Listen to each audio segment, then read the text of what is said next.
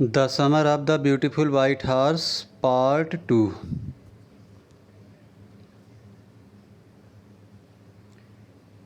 It wouldn't become stealing until we offered to sell the horse. यह चोरी नहीं हो सकती जब तक कि हम घोड़े को सेल न कर दें, बेच न दें. Which of course I knew we would never do.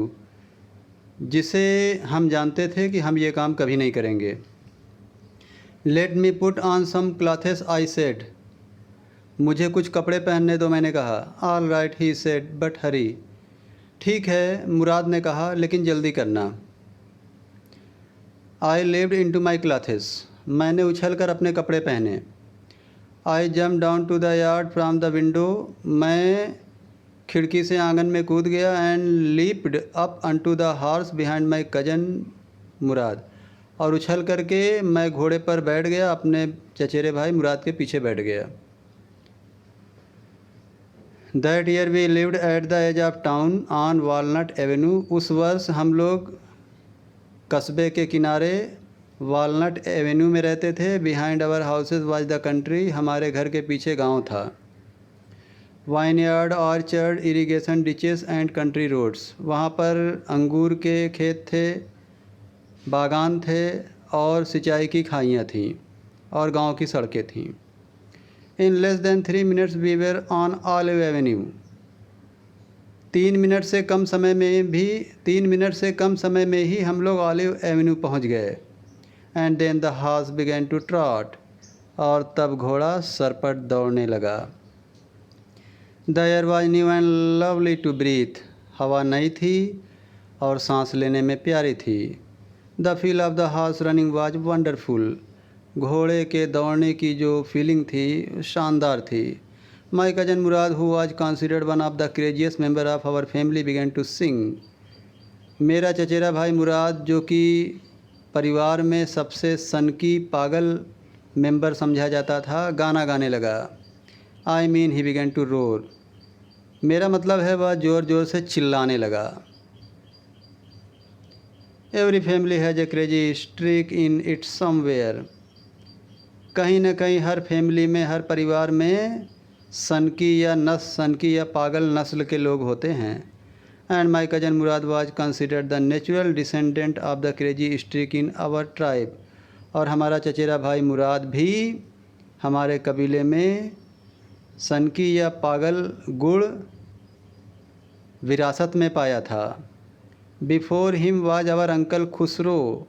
उससे पहले हमारे चाचा खुसरो सनकी थे. An enormous man with a powerful head of black hair. वह एक विशालकाय आदमी थे.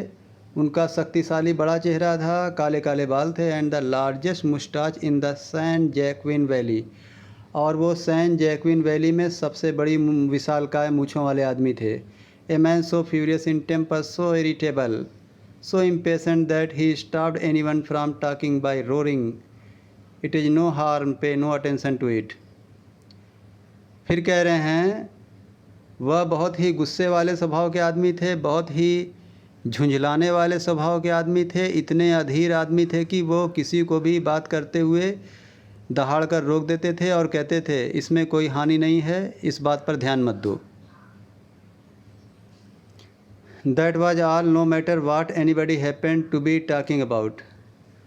चाहे उनको कोई फ़र्क नहीं पड़ता था, चाहे कोई भी व्यक्ति कोई भी बात कर रहा हो, कितनी ही इम्पॉर्टेंट बात कर रहा हो, वो उन्हें रोक देते थे चिल्ला करके.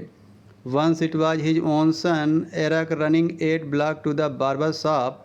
एक बार उनका खुद का बेटा दौड़ करके 8 ब्लॉक, जहाँ पर नाई की दुकान थी, दौड़कर वहाँ गया. Where his father was having his mustache trimmed to tell him their house was on fire. जहाँ पर उसके पिताजी अपनी मूँछों में धार लगवा रहे थे नाई की दुकान में, वहाँ दौड़ कर गया और उसने बताया अपने पापा खुसरो से. क्या बताया? कि घर में आग लग गई थी. This man Khusro sat up in the chair and roared. ये इंसान खुसरो जो मूछें बनवा रहा था, अपनी चेयर पर बैठ गया और गुर्रा कर कहा, It's no harm, pay no attention to it. इसमें कोई हानि नहीं है, इस बात पर ध्यान मत दो। द बार्बर सेड, नाई ने कहा, but the boy says your house is on fire, लेकिन लड़का कहता है कि आपके घर में आग लगी है। So Khusro roared enough, Khusro और ज़ोर से पर्याप्त मात्रा में दहाड़े। It is no harm I say, मैं कहता हूँ ना, इसमें कोई हानि नहीं है। तो समझ लो कि कितने पागल या कितने सनकी थे। घर में आग लगी है, खुद का बच्चा आकर बता रहा है, नाई की दुकान में दाढ़ी बनवा रहे थे कि घर में आग लगी, वो कह रहे हैं कि इससे कोई फ़र्क नहीं पड़ता है, इस पे ध्यान मत दो। तो ऐसे सनकी पागल व्यक्ति खुसरो थे। उन्हीं खुसरो को पड़ गया है कौन? Murad. My cousin Murad was considered the natural descendant of this man. ये मेरा चचेरा भाई मुराद इस इंसान का नेचुरल डिसेंडेंट बन गया है, यानी इस इंसान का गुण विरासत में पाया है। ऑल्दो मुराद फादर वाज जोराब, हालांकि मुराद के पिताजी जोराब थे, who was practical and nothing else, जो कि व्यवहारिक आदमी थे और ऐसे वैसे नहीं थे। That is how it was in our tribe, ऐसा हमारे कबीले में होता है। A man could be the father of his sons flesh, कि एक इंसान अपने बेटे जैसों का पिता हो सकता है, यानी कि अगर एक इंसान का अपने बेटों से खून का रिश्ता हो तो वो उनका भी पिता हो सकता है। एक इंसान अपने बेटे जैसों का भी पिता हो सकता था। But that did not mean that he was also the father of his spirit, लेकिन इसका मतलब ये नहीं होता है कि वह उसकी आत्मा का भी पिता बनेगा।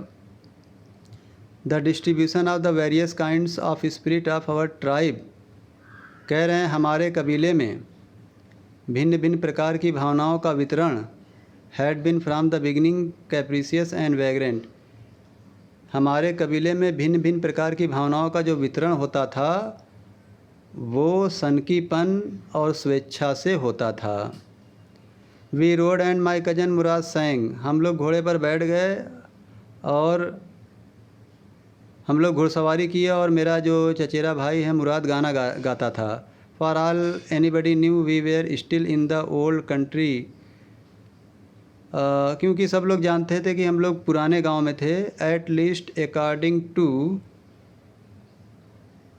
सम ऑफ आवर नेबर्स, कम से कम हमारे पड़ोसियों के अनुसार तो सब जानते ही थे। वी बिलोंग्ड, जो हम लोगों से परिचित थे। We let the horse run as long as it felt like running, हमने घोड़े को तब तक दौड़ाया जब तक वह दौड़ सकता था। At last my cousin Murad said, अंत में मेरा चचेरा भाई मुराद कहा, गेट डाउन, नीचे उतरो। I want to ride alone, मैं अकेला घुड़सवारी करना चाहता हूँ। Will you let me ride alone, I asked, तो मैंने पूछा क्या तुम मुझे अकेले घुड़सवारी करने दोगे। That is up to the horse my cousin said, तो मेरा कज़न कहा कि ये घोड़े पर निर्भर करता है। गेट डाउन, उतर जाओ। The horse will let me ride, I said, मैंने कहा कि घोड़ा मुझे राइड करने देगा, यानी घोड़ा मुझे घुड़सवारी करने देगा। We shall C, he said, हम देखेंगे। Don't forget that I have a way with a horse, ये मत भूलो कि मुझे घोड़े को पटाने आता है, मुराद ने कहा। वेल आई सेड, ठीक है, मैंने कहा। Any way you have with a horse I have also, बहरहाल तुम्हें घोड़े को पटाने आता है तो मुझे भी आता है। For the sake of your safety he said, let us hope so, तुम्हारी सुरक्षा के कल्याण के लिए उसने कहा हम ऐसा उम्मीद कर सकते हैं। गेट डाउन, नीचे उतरो, मुराद ने कहा। ऑल राइट आई सेड, ठीक है, मैंने कहा। But remember you have got to let me try to ride alone, लेकिन याद रखना कि तुमने मुझे वादा किया है अकेले घुड़सवारी करवाने का। I got down and my cousin Murad kicked his heels into the horse and shouted, मैं नीचे उतर गया और मेरा कज़न मुराद घोड़े को एड़ लगाया और ज़ोर से चिल्लाया, वज़ीरे रन, वज़ीर, घोड़े को वज़ीरे बोला, दौड़ो। The horse stood on its hind legs, घोड़ा अपने पीछे वाले पैरों पर खड़ा हो गया। स्नॉटेड, हिनहिनाया, and burst into a fury of speed that was the loveliest, और बहुत तेज़ी के साथ, गुस्से में वो बहुत तेज़ी के साथ गति करने लगा, दौड़ने लगा, जो बहुत प्यारी चीज़ थी। Loveliest thing I had ever seen, जो बहुत प्यारी चीज़ थी जो मैंने कभी देखी थी। My cousin Murad raced the horse across a field of dry grass to an irrigation ditch. मेरा कजन मुराद एक सूखी घास वाले मैदान से लेकर सिंचाई वाली खाई तक घुड़सवारी किया। Crossed the ditch on the horse, घोड़े पर बैठा बैठा उस खाई को पार कर दिया। And 5 minutes later return dripping wet, और 5 मिनट बाद वो पसीने से भीगा भीगा या पसीने में भीगा हुआ लौट कर आ गया। तो students, the summer of the beautiful white house का ये दूसरा पार्ट मैंने दे दिया। इसे सुनते हुए, इसे देखते हुए आप मेरे चैनल होम एजुकेशन को अवश्य सब्सक्राइब कर लेंगे ताकि आपको लेटेस्ट अपडेट मिलते रहें। Okay, thank you.